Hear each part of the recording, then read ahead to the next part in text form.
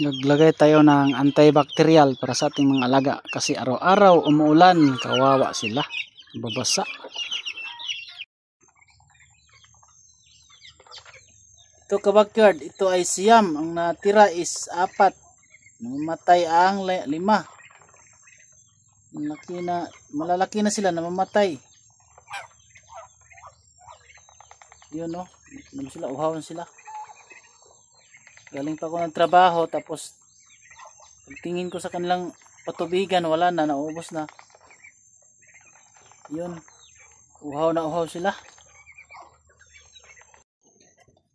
Dito matagal na tong 3, hindi pa nagdagdag ng itlog.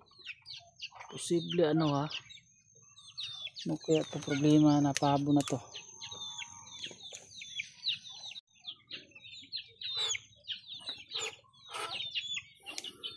Talagang mahina ang kanilang pangingitlog ngayon kasi umuulan. Hindi sila makagala ng maayos. Basa ang lupa.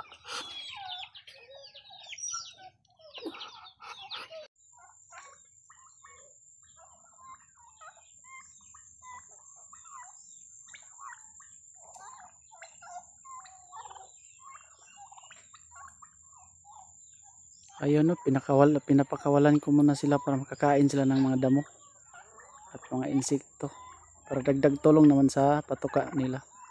Pag uwi nila sa hapon, mayroon ng laman ang kanilang mga balon-balonan.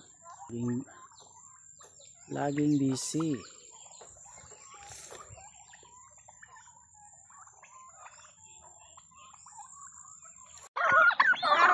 Ito mga ka-backyard, may maintenance to sila na multivitamins araw-araw. Bibigay tayo para hindi sila dali magkasakit.